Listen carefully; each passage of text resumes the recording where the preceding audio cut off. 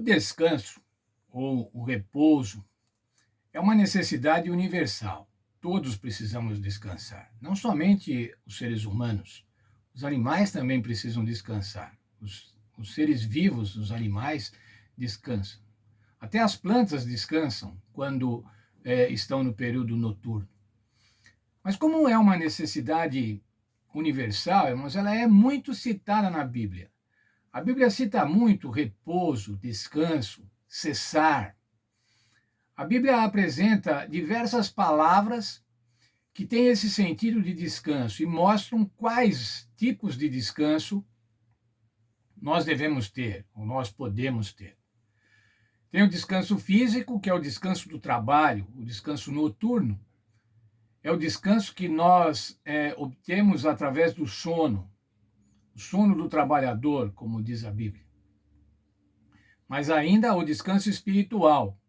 O descanso espiritual que é efetivado no sábado. Não somente, no sábado não é efetuado somente o descanso físico, mas também o descanso espiritual. A nossa lição apresenta, no dia de hoje, algumas palavras utilizadas no Velho Testamento para descanso. E amanhã, na lição de amanhã, algumas outras usadas no Novo Testamento. Mas vejam lá, irmãos, o que temos. Algumas palavras. Vocês vão me desculpar, porque muito provavelmente eu vou errar na pronúncia. Mas vamos ver. O termo sabá. O que significa o termo sabá? Qual era o tipo de descanso do termo sabá ou shabá? Deuteronômio 5,14. Deuteronômio 5,14 nós encontramos o seguinte: mas no sétimo dia é o sábado do Senhor. Não farás obra nele, nem tu, nem teu filho, nem tua filha, nem o teu servo, nem a tua serva. Agora vai, nem o teu boi, nem o teu jumento, nem animal algum, nem o estrangeiro que está na tua cidade, para que o teu servo e a tua serva descansem como tu. Como eu já disse, irmãos, o descanso do sábado é um descanso absolutamente democrático. A proposta de descanso no sábado é para todos. Para os estrangeiros, para os escravos, para os trabalhadores, para os animais, para os cidadãos, para todos. No tem o sentido de parar de trabalhar, descansar, tirar férias, fazer descansar do trabalho. Lembram-se, falamos, o Senhor tem um plano para trabalho e descanso, 6 dias de trabalho e 1 dia de descanso. E nesse sábado, então, em cada sábado, esse descanso se efetua. Mas ainda, irmãos, temos um outro texto, um texto de Números, capítulo 10, verso 36. Lá diz o seguinte: pousando ela, dizia, volta ao Senhor para os muitos milhares de Israel. O que é esse texto, irmãos? Esse texto está falando sobre a arca, sobre o transporte da arca da lei. Quando o povo saía, a arca ia junto. E o texto anterior, o verso 35, diz assim: Senhor, vai nos livrando dos inimigos. Agora, quando a arca pousava, quando ela repousava, quando ela estacionava, tem esse sentido, estacionava. Senhor, volta para nós, volta para os milhares de Israel. O termo utilizado aqui é nuak. A palavra utilizada é nuak, significa estacionar, parar, repousar. Mas ainda, irmãos, tem outro texto que diz com relação à terra. A palavra chama-se shaká. Josué 11, 23. Josué 11, 23, encontramos o seguinte: assim tomou Josué toda a terra, conforme tudo que o Senhor tinha dito a Moisés. E Josué deu em herança aos filhos de Israel, conforme as suas divisões, conforme as suas tribos. Então a terra repousou da guerra. Cessou a guerra. Cessou a conquista da terra de Canaã. Foi distribuída a terra. Uma grande reforma agrária. Distribuída a terra para todos. Agora que todos tinham terra, acabou a guerra. Acabou o conflito. A terra repousou da guerra. Mas ainda outro texto que aparece no Velho Testamento é o texto Raga, ou Ragá, que também significa descanso.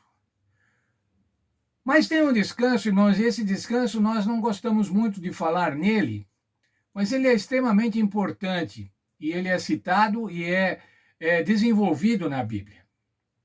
A palavra é shakab, quer dizer deitar-se, dormir. Veja o texto de Samuel, 2 Samuel 7, 12. Lá diz o seguinte: quando os teus dias forem completos e vieres a dormir com os teus pais, então farei levantar depois de ti o teu descendente, que sair das tuas entranhas, e estabelecerei o seu reino. Está falando aí, irmãos, sobre a morte de Davi, quando se completarem os seus dias e você dormir com os seus pais. A Bíblia, irmãos, considera a morte um sono que antecede a ressurreição. E falando aqui para o Filho de Deus, para Davi, está dizendo assim: você vai repousar com os seus pais.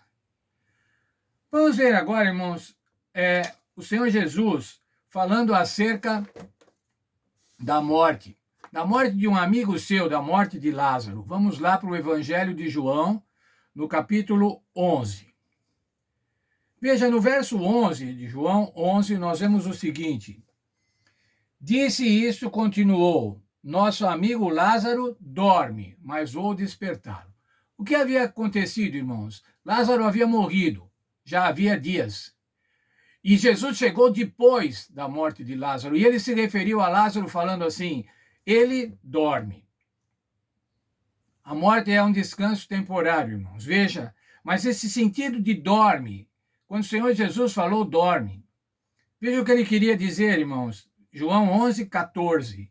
11, 14. Então Jesus disse claramente: está morto.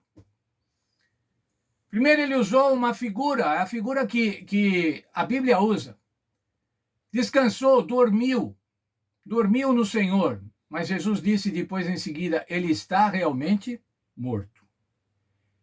Entretanto, irmãos, nós temos um consolo, e nesse evento de Lázaro nós temos um grande consolo. A morte, irmãos, é um descanso temporário. A morte para o cristão não é o fim, mas é um hiato somente. É um intervalo entre o cessar da vida aqui na terra e o início da vida eterna.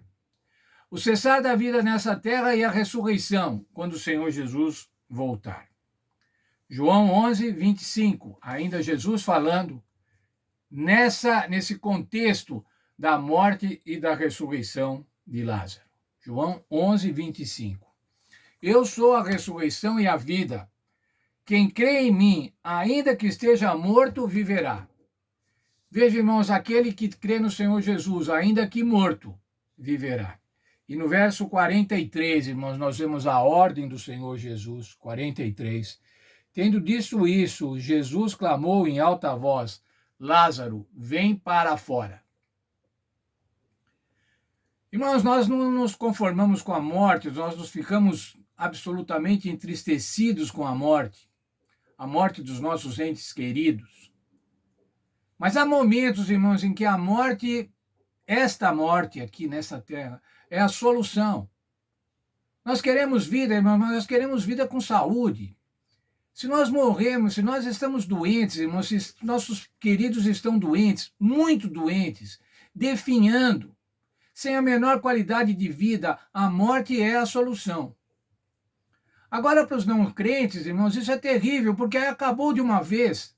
Mas para os crentes, para aqueles que aceitaram o Senhor Jesus Cristo, para aqueles que creem no Senhor Jesus Cristo, a morte é um descanso, é um sono. É um descanso que aguarda a ressurreição. E quando o Senhor Jesus voltar, irmãos, ele vai bradar: venham para fora todos os meus filhos, todos aqueles que creram em mim.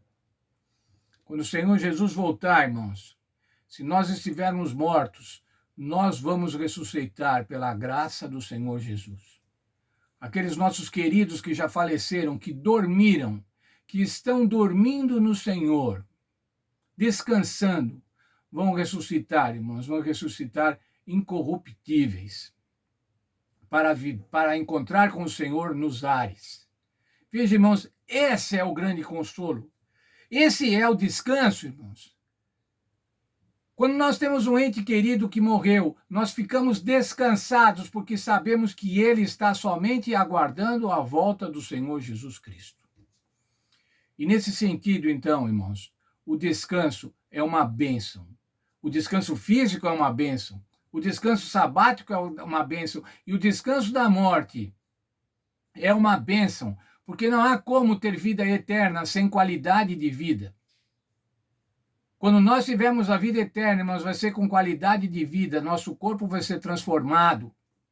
E aí então gozaremos as delícias e as maravilhas de uma vida eterna, junto com o Senhor Jesus Cristo. Eu quero estar lá, irmãos, eu quero que cada um de nós esteja lá. Portanto, irmãos, vamos nos consolar. O Senhor tem um descanso para nós, um descanso na nossa vida e um descanso também quando adormecemos, até que Ele volte e nos chame e fale assim: Alfredo, vem para fora. Maria, vem para fora.